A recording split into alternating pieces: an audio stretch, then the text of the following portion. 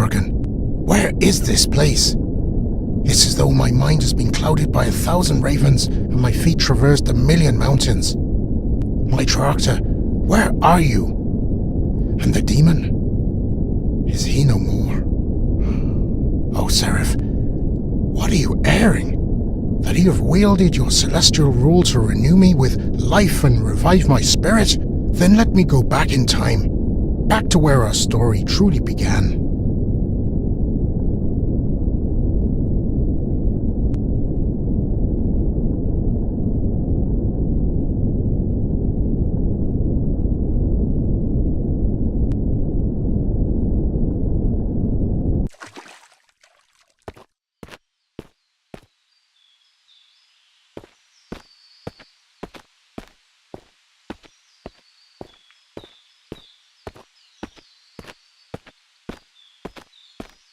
My name is Nodens, and I'm the god of hunting on my isles. One day, when I was travelling in the forest of Banagher, I caught a glimpse of some nearby deer. However, they were not the only beings that caught my attention. A white wolf was nearing our mutual prey, when a few mortals entered my canvas.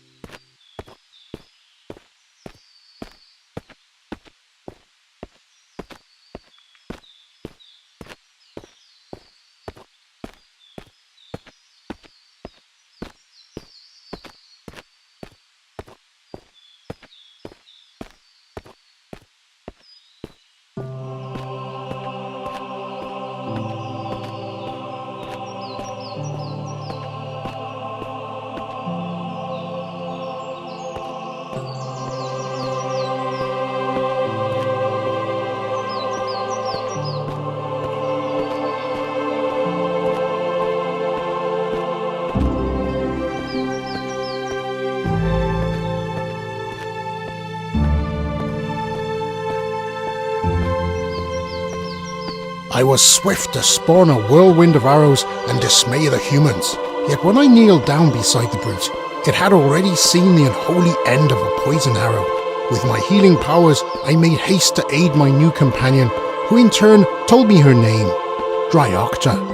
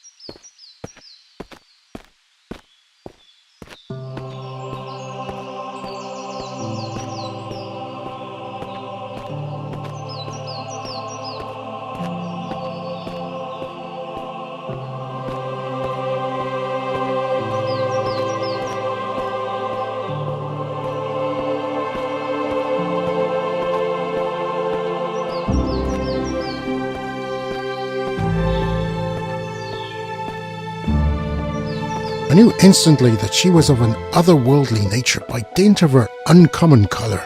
She told me that she could with me partake in the creation of visions, allowing me a peek into my destiny, and perhaps later the end of my eternity.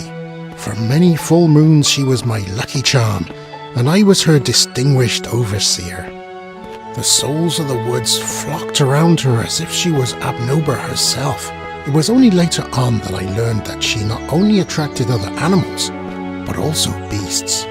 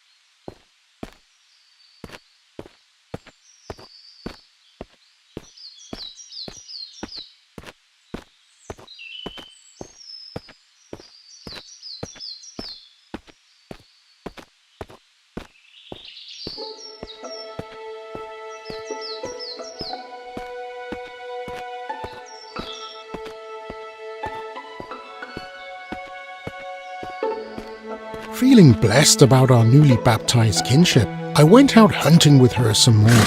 Yet, I soon discovered how weary she grew of my efforts to annex meat from deer and other animals in the forest.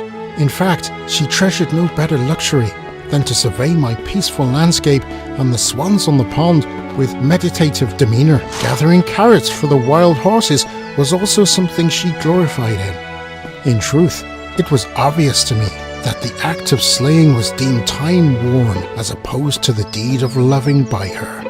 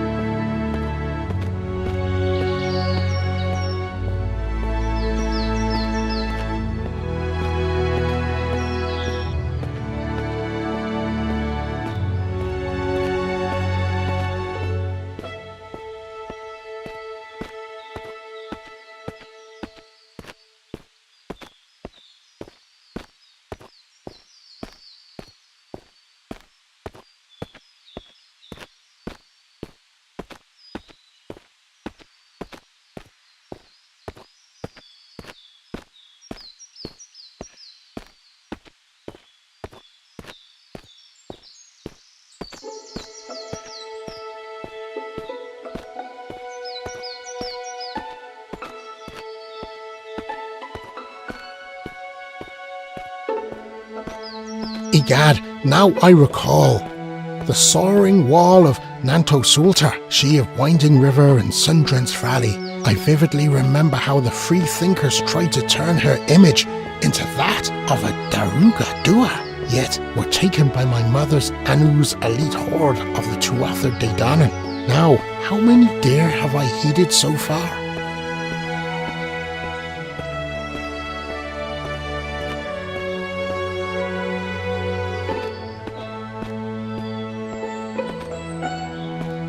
Truly.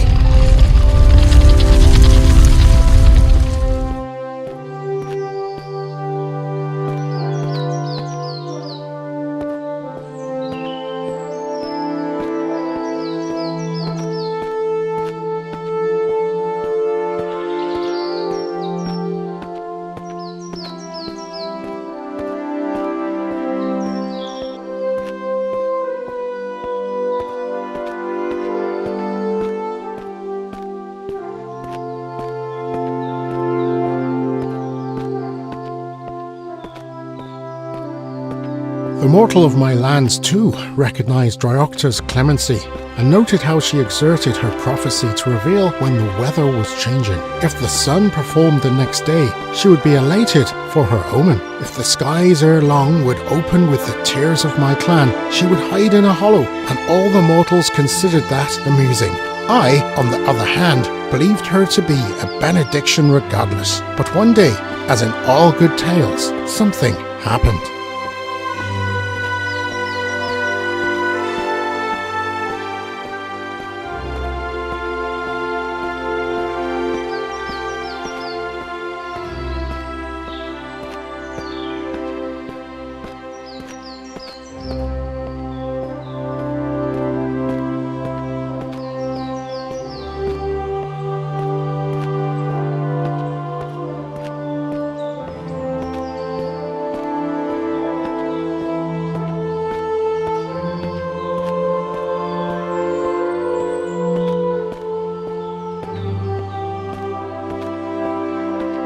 I had only assembled all of the earthlings for a celebratory cave bear hunt when we encountered the mountain dragon Lignapiste in the forest. Legend had it, it was invulnerable.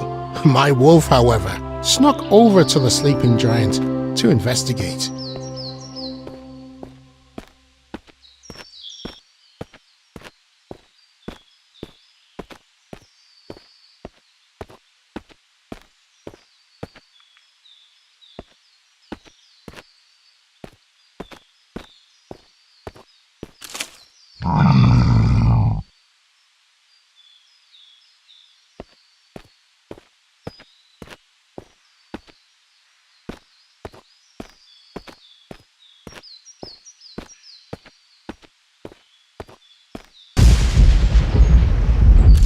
And it vanished, as if struck by magic. All the men roared with laughter again. Still, Dryocta howled as if something was horribly amiss, yet the men would not give heed to her elegy and charged at the bear cave as men do.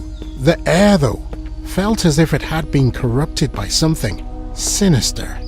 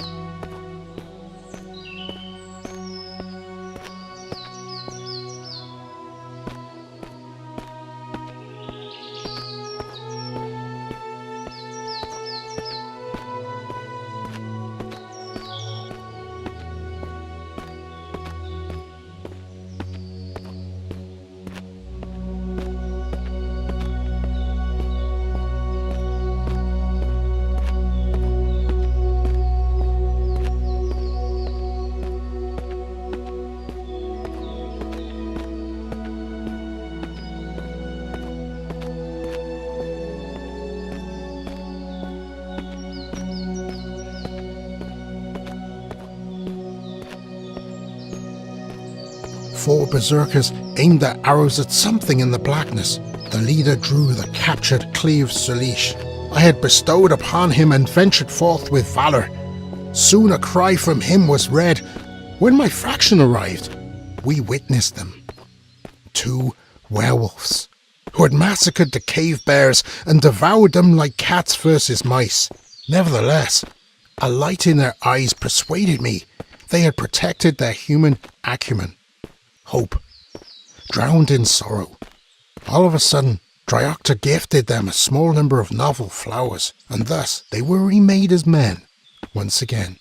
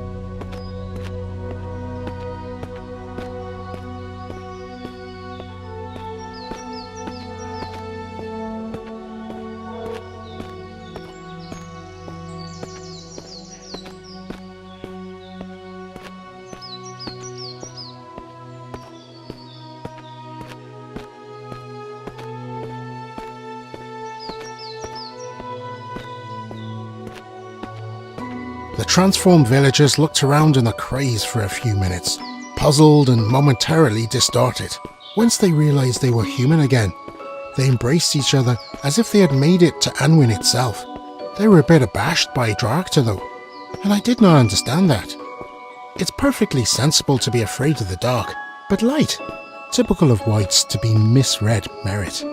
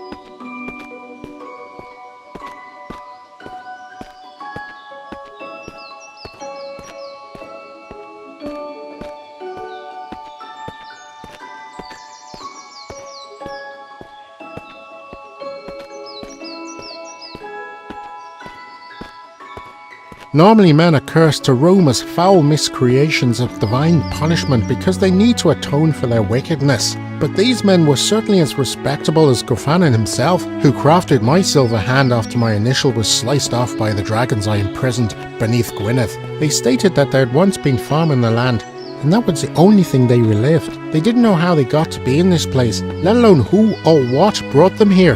But in my heart, I had a feeling.